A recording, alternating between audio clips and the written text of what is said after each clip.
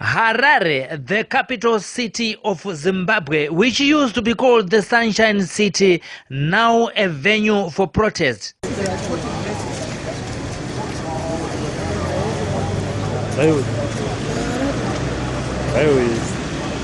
What's wrong with the story?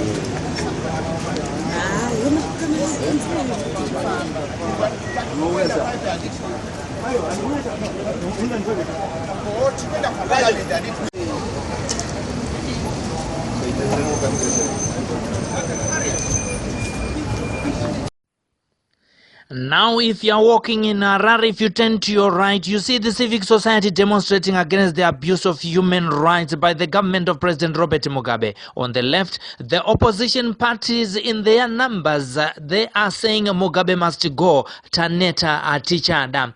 Today, the men of cloth could not be outdone. They took to the streets and they were surrounded by the police before they could go anywhere. Like humble men of cloth, they retreated peacefully.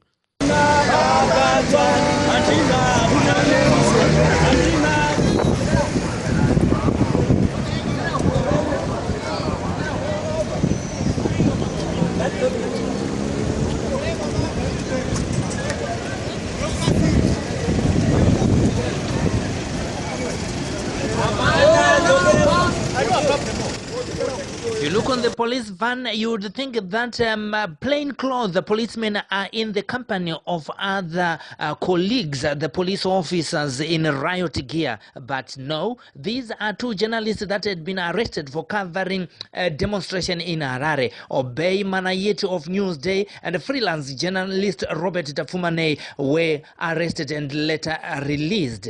Again, abuse of human rights.